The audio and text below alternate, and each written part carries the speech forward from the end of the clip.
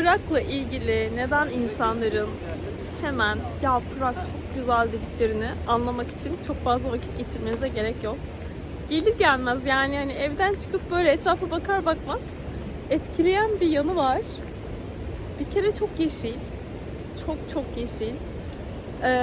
Her yerde bir şey var. Yani böyle ben programı oluşturmuştum tabii ama onu takip etmekten bağımsız.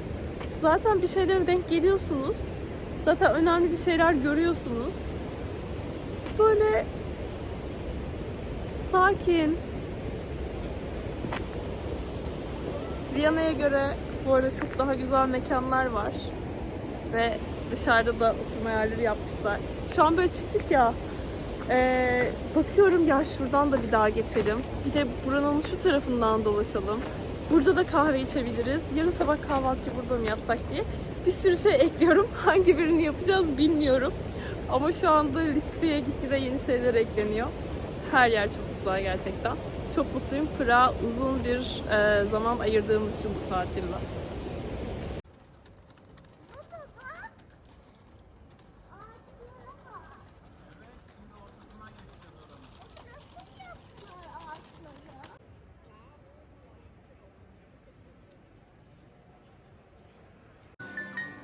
Ne çalıyor? Buz elbise.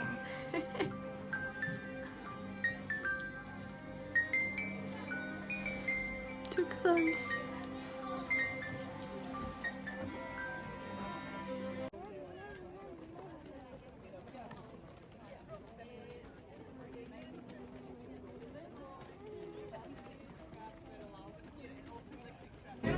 Charles Bridge'in üzerinden geçiyoruz şimdi. Burada pek çok farklı heykel ve figür var. Geçerken göreceğiniz. Esas manzara ise şimdi göstereceğim. Ve buradaki her bir heykel farklı bir şey temsil ediyormuş ve genelde başka milletlere göndermeler yapıyormuş. Bir tane Osmanlı'ya gönderme yapan kılıcı kırılmış bir Osmanlı figürü de var. Onu da görebilirsiniz.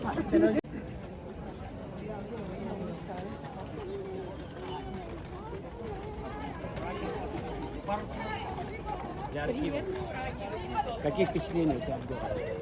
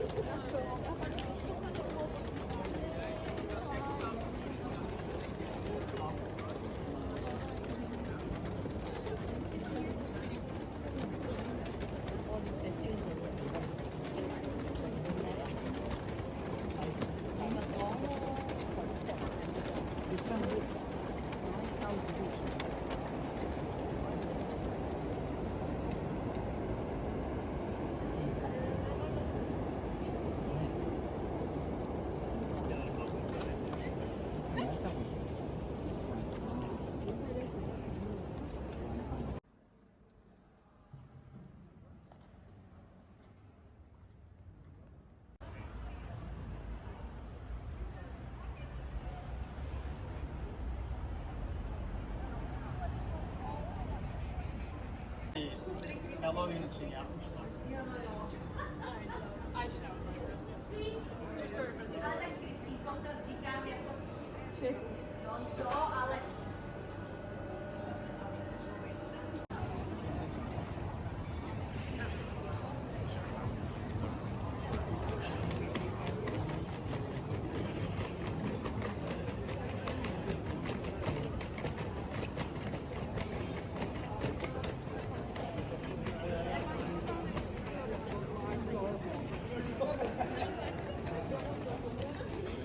Ne yiyorsun?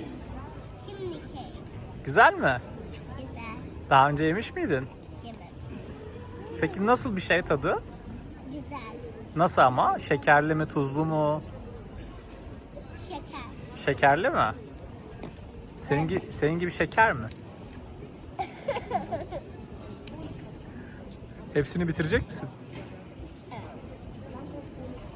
Göster bakalım bize nasıl bir şey çimdik.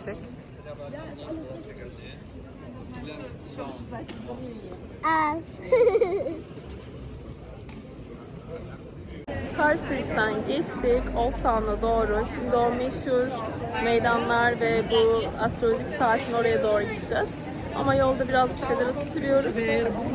Bolca Çinli kek yapan yer var.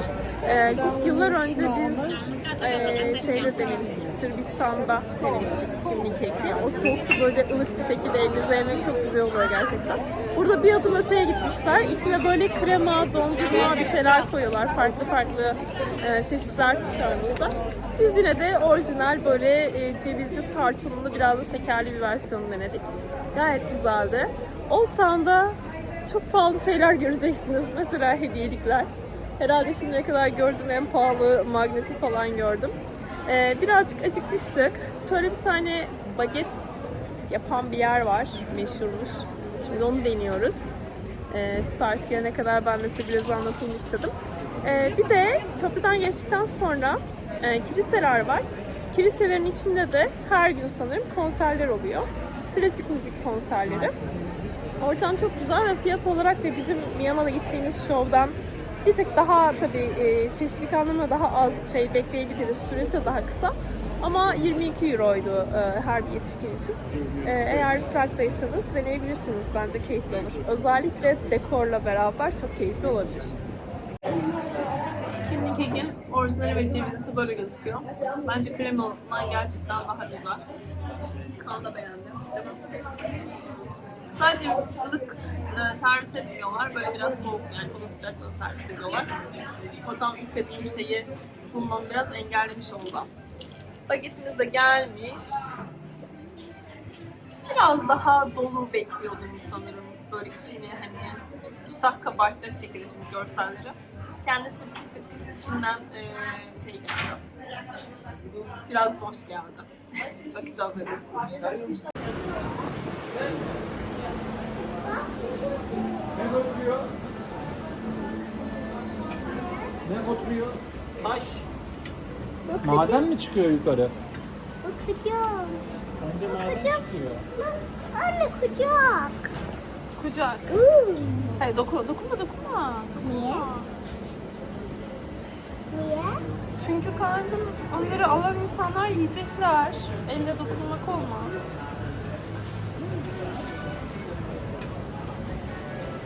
Niye?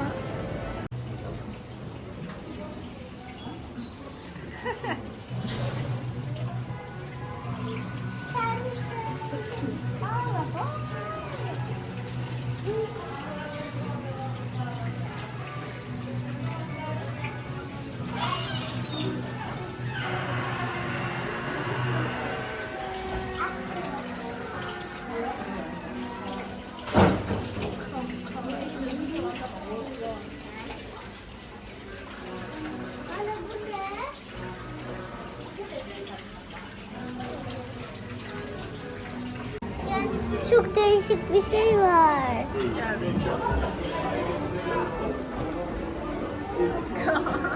Ne?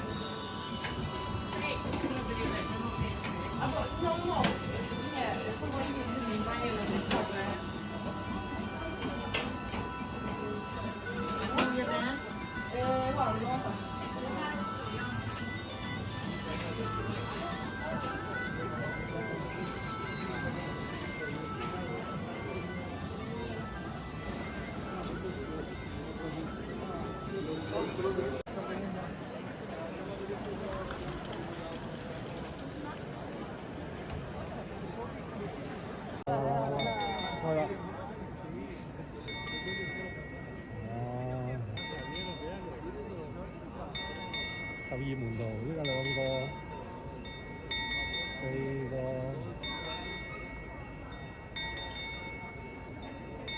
네, 자, 로또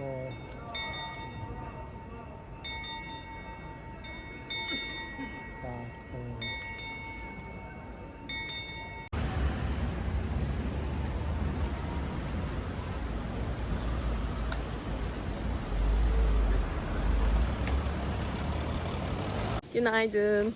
Prag'daki ikinci günümüz. Malostrana'da kaldığımız evden çıktık. Şimdi Kampa'nın içinden tekrar geçerek önce bir Lennon Wall'a uğrayacağız.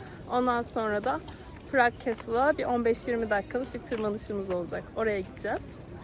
Sonra Kaan Bey'e yaklaşan doğum günü vesilesiyle bazı sürprizlerimiz var. Onu müzesine götüreceğiz. Ama henüz kendisi bilmiyor. Bir de böyle tatlış bir kafe bulup orada ufak bir kutlama gibi bir niyetimiz var. Sonra akşam da dün akşam ben eve dönmüştüm. Biraz can sıkan durumlar oldu. Anlatırım. Emin dışarı çıkmıştı. O arada bakmış işte biletlere falan. Ve çok ısrar etti operaya gitmem için. Akşam 3 saatlik bir Çek operasına gideceğim. Bayağı hardcore yani. Bugünkü planlar böyle.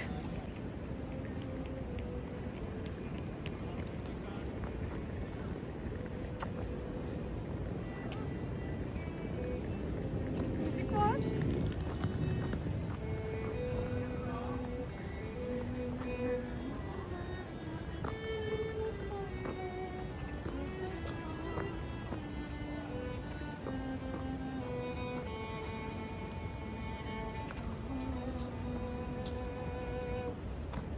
Bravo.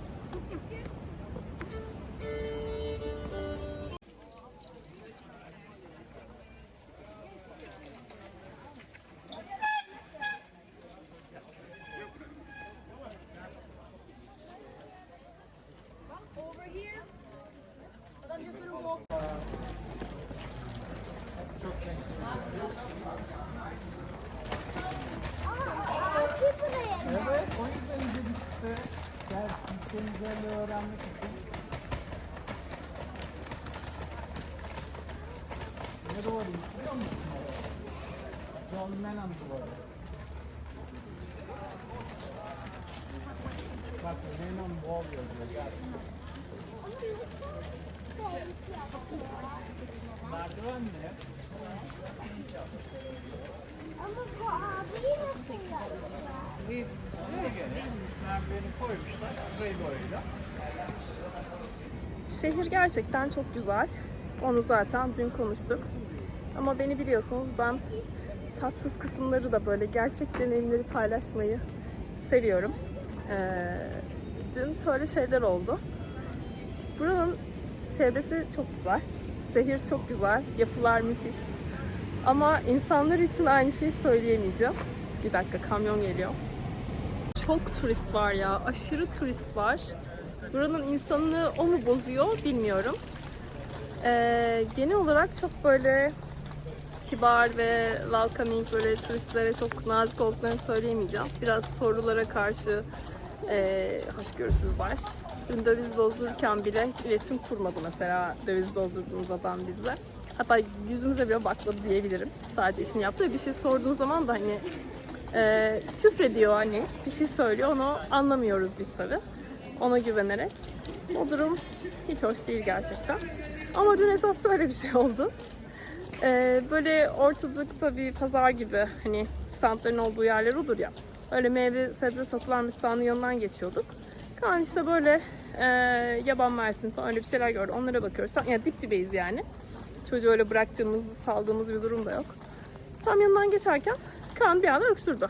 Böyle uzun, rahatsız edici bir öksürük de değildi. Böyle şekli bir öksürüktü. Sonra geldi standın sahibi. "Are you kidding me now?" dedi. Yani dalga mı geçiyorsunuz siz benimle? Hani çocuk öksürüyor benim meyvelerimin üzerine. Bunları ben şimdi nasıl satacağım falan. Ondan sonra ben de ya meyvelerin üzerine öksürmedi hani. Bir anda öksürüyor ya. Biz zaten ona hani diyorduk kan dokunma falan filan diye. Ama hani denk geldi. Ondan sonra işte bu sizin çocuğunuz, benim çocuğum değil. Anlatmanız lazım. Öyle bir şeyler dedi. Sonra ise biz artık uzaklaştık. Arkamızdan hala şey diyordu. Çok şu anda sinirliyim. Çok kötü anne babalarsınız. You are bad parents dedi. Sonra ben de sordum, şimdi mi karar verdin, hemen buna bakıp mı karar verdin yani dedim. Ama yani bütün tadımızı kaçırdı gerçekten. Ya son Avrupa seyahatlerimizde böyle şeylere çok fazla denk gelmeye başladık. İtalya bunlardan biriydi. Mesela Paris'te herkes çok kibar. Paris'le ilgili de böyle hikayeler duymuştum. Ama herkes çok iyiydi. Viyana'da, Avusturya'da herkes çok iyi, çok tatlıydı. Ama Prag'da yani bilmiyorum, iletişim konusu ve attitude konusu ciddi bir sıkıntı gibi duruyor. Onun dışında bir de akşam Emin çıktığında işte şey anlattı. Her yerde aşırı derecede alkol tüketimi, ama aşırı yani. İşte kusanlar, küfredenler, bağıranlar falan dışarıda. Biraz hani şey, tatsız bir ortam dedi ve de çok kalabalık ya. Yani her yer çok kalabalık. Dün o astronomik saat gösterisini biz izledik. 1 dakika bile sürmeyen bir gösteri zaten. Biz izlediğimizde o kadar yoğun değildi. Rahat rahat izledik. 1 saat sonra ya da 2 saat sonra tekrar oradan geçerken baktığımızda çok daha kalabalıktı. Böyle yer bulamadık. Çok şey yani. Gezmeyi biraz tatsız hale getiriyor bu açılardan. Kaleye böyle 10 dakikamız falan kaldı. Yürüyüş yolu da gayet keyifli, güzel. Aslında Old Town'dan Charles Bridge'e geliyorsunuz. Charles Bridge'in karşısına geçtiğinizde dümdüz yol bitene kadar devam edip sağa döndüğünüzde kaleye çıkılıyor. Diğer şeye dönersek, konuya dönersek, şimdi aklıma geldi çünkü her yerde fazlaca kilise var.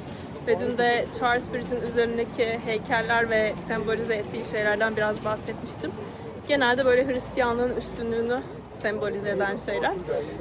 Ve dün Emin cami arıyordu, Cuma günü için.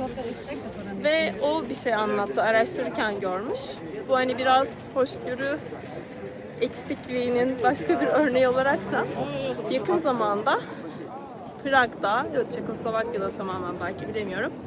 Ama pek çok cami ya da farklı dinlerin ibadethaneleri kapatılmış.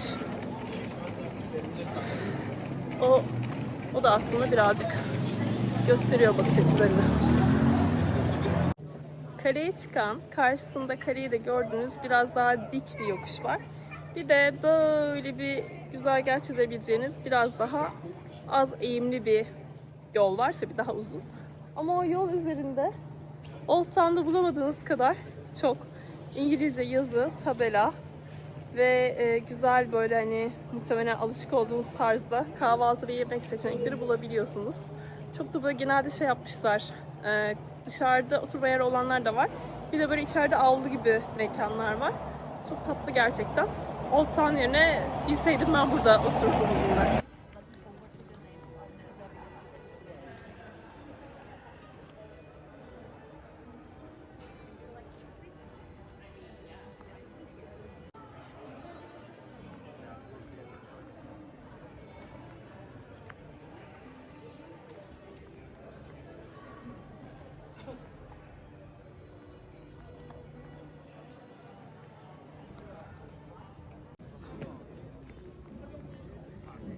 Baba arkamızda mı? Hayır, önümüzde.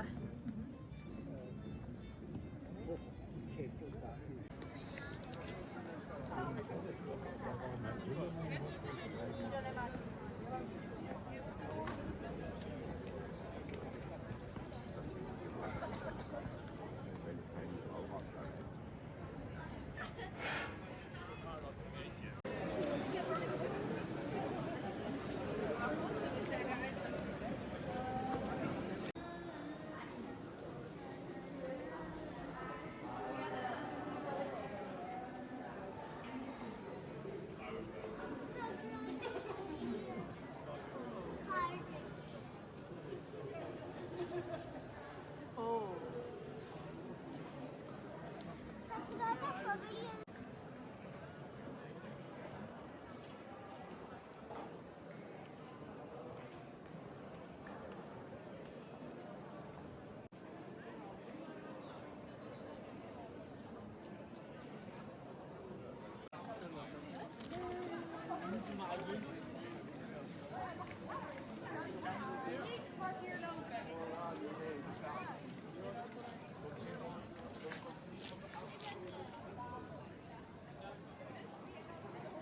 Hadi bakalım. Kaan, neredeyiz? Prag. Evet ama özellikle St. Vitus Katedrali'nin tam karşısındayız. Katedralin içine girmedik, biletliymiş girişi. Onun yerine onun sol tarafından şöyle biraz ilerledik. Bir tane tatlı bir kafe bulduk. Orada Kaan'ın erken doğum günü kutlamasını yaptık. Ve hayalimdeki Apfelstrudel'i de burada yemiş oldum. Buranınki gerçekten güzeldi.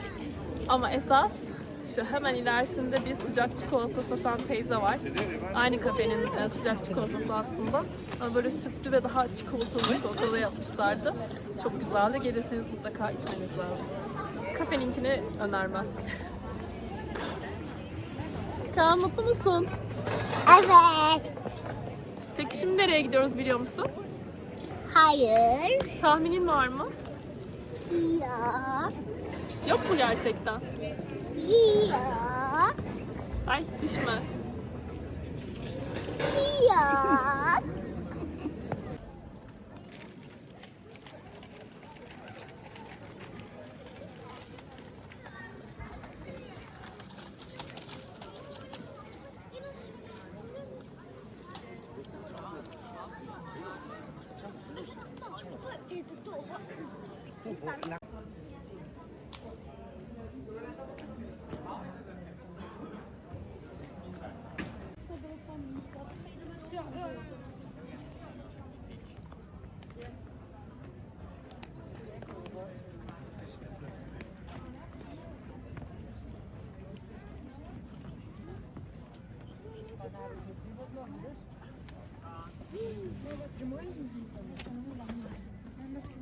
Hoş geldin.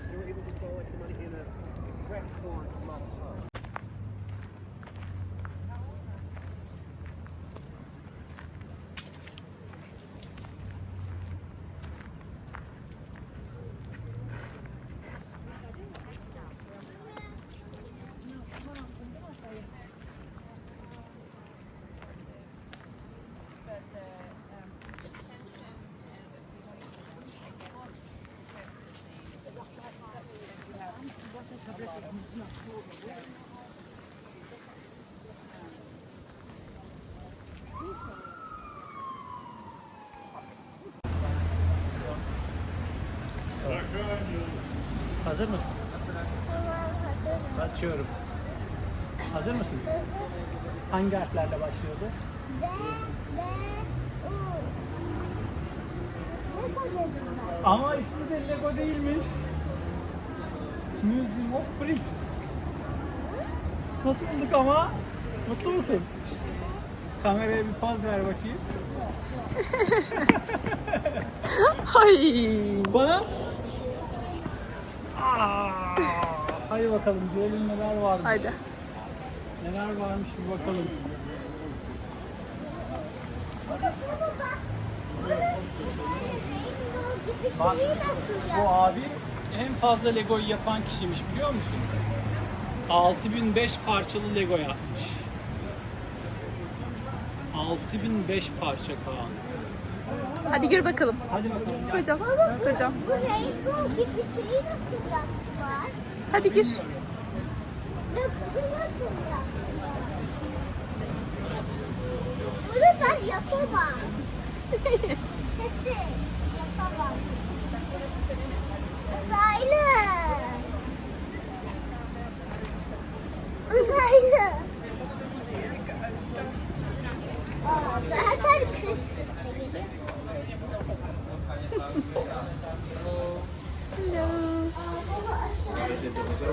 Aşağıda ne var? Evet challenge.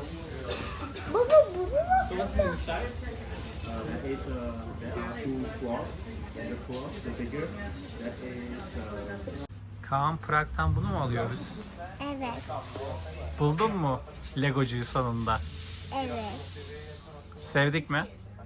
Sev. O zaman ödeyelim ve gidelim mi? Gidelim. Nasıl bir Lego aldın anlatır mısın bize? Uzay robotu. Evet. Uzay köpeği. ve roket. Kaç parça? 281. Bravo. Ne zaman yapacağız bunu? Dubai'ye gidince.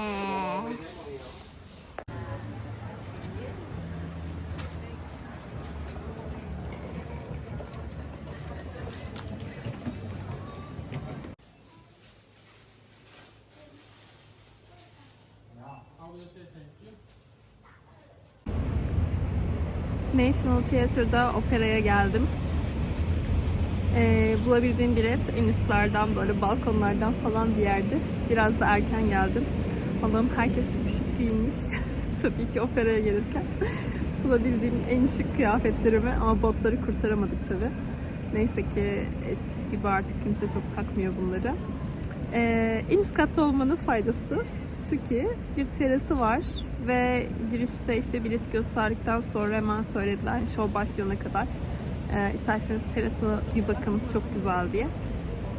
Şu an böyle bayağı yukarıdan bir yerden heykelleri falan arasından o güzel National Theatre binasında Prag Kalesi'ne, nehre, hepsine yukarıdan bakıyorum. Çok güzel gerçekten.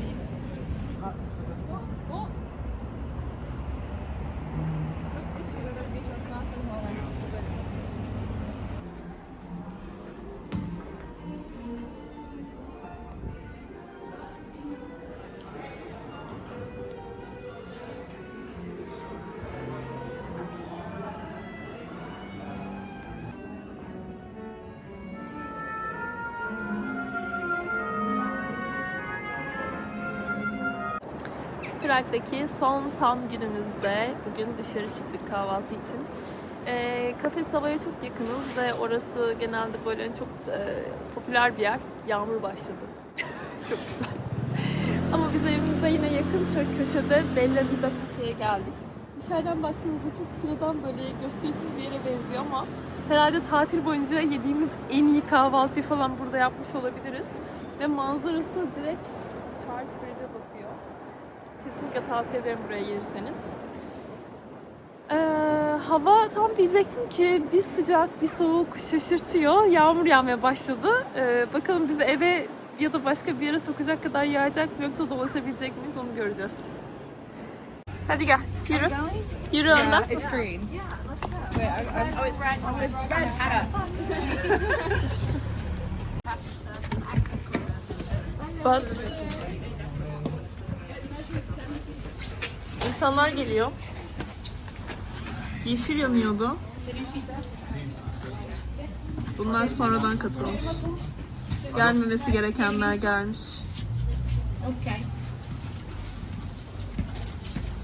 İn bakalım bir tane dikkatlice.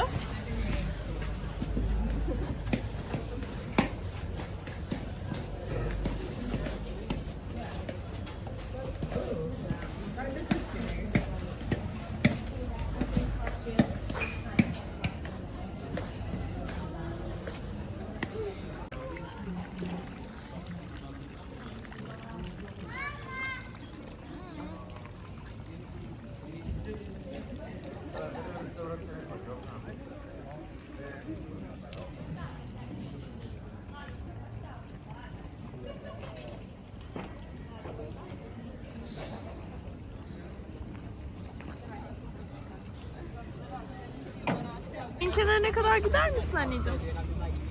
Kaan, suyun kenarına kadar git, kuğular orada. Nerede? Devam et. Tam karşıya doğru. Devam et.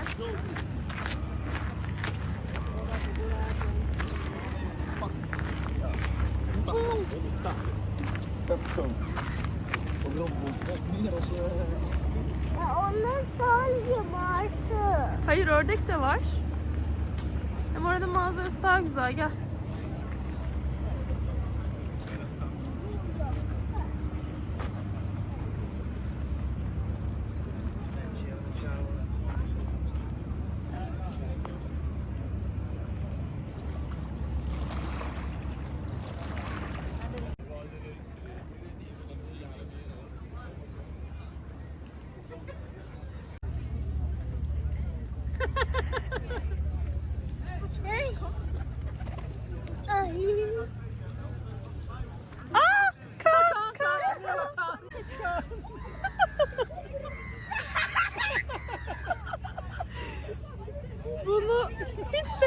bekliyorduk. Ben yemek bile vermiyorum. Geldi kondu.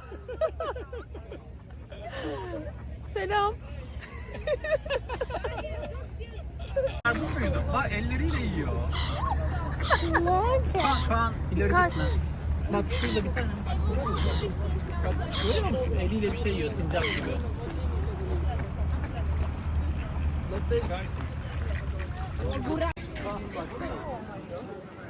Görüyor musun ne kadar çok?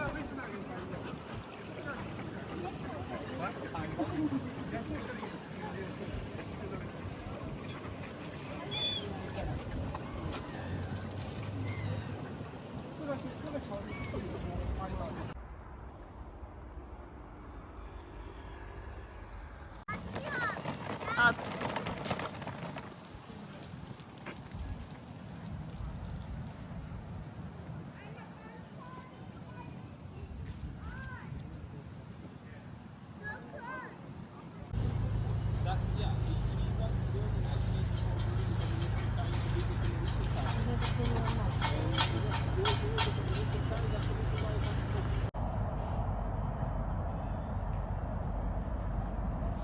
Bir kestane atalım.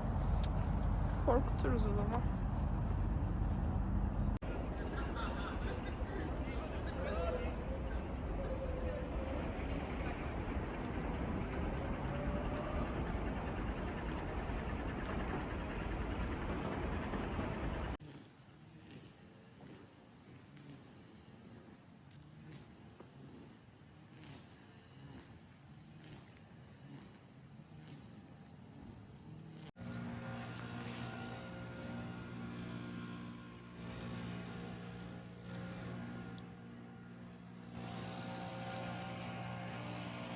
Bak ne kadar yaptılar.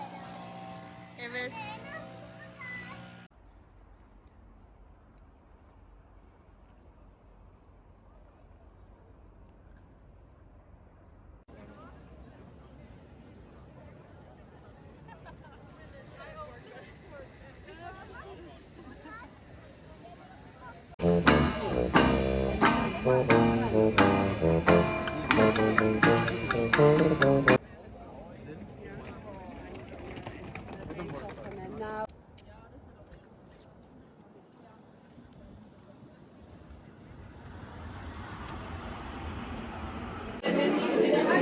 Prag'daki son akşamımızda Festoria'ya geldik. Zamanında sohbetinde gelip kalmıştık. Mekanmış.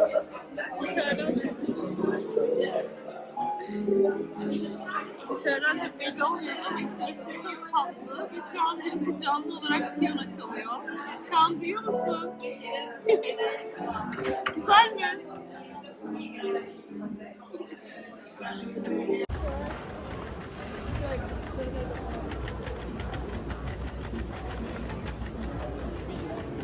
Ne oldu bir tane?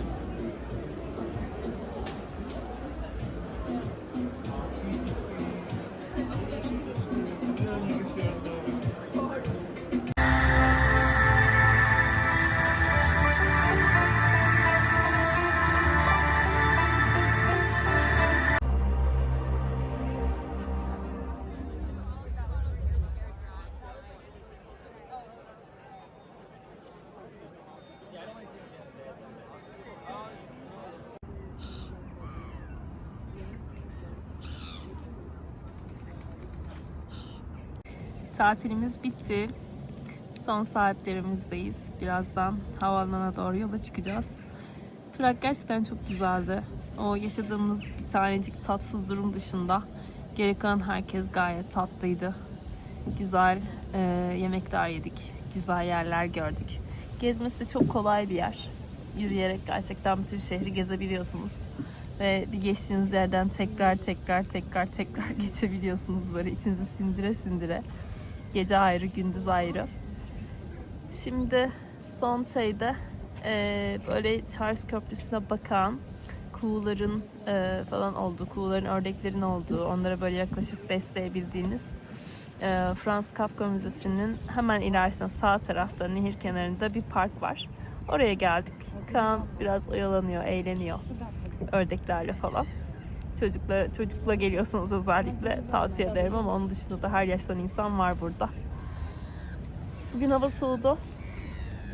Biz getirdiğimiz istikleri, eldivenleri falan kullanmadık ama eğer şimdi gelseymişiz kullanırmışız. Çünkü yarından itibaren hava sıcaklığı 0 derecelere falan düşüyor. O yüzden yine de hazırlıklı gelmek iyi olabilir. Bazen boşa gidiyor gibi gelse de hava biraz çabuk değişiyor burada. Kaldığımız Malá bölgesinden de çok memnun kaldık. Her yere çok kolaylıkla yürüme mesafesindeydi. Old Town'la da aramızda sadece bir köprü vardı. Ki Old Town'un o birazcık karmaşasını ve turiste doymuş tavrını düşününce daha tercih edilisi oluyor bu taraf. Bir de Prag'da çok fazla, biraz bu açıdan Barcelona'ya benzettim. Bir şeylerin önünden geçiyorsunuz, geziyorsunuz, görürken çok hani fark etmiyorsunuz. Sadece güzel bir heykel ya da bina gibi geliyor. Ama gelmeden önce mesela gezilecek, görülecek yerler diye listeye bakarsanız 40-50 tane şey çıkabilir. Ama gezerken çok kolay bir şekilde aslında onları görmüş oluyorsunuz. Biz öyle olduk dün bakarken işte hani atladığımız bir yer var mı diye. Böyle tamam bunu da görmüşüz, bunu da önden geçtik, bunu da zaten gördük falan diye tek tek tamamladığımızı fark ettik. O yüzden bence 3 gün yeterli.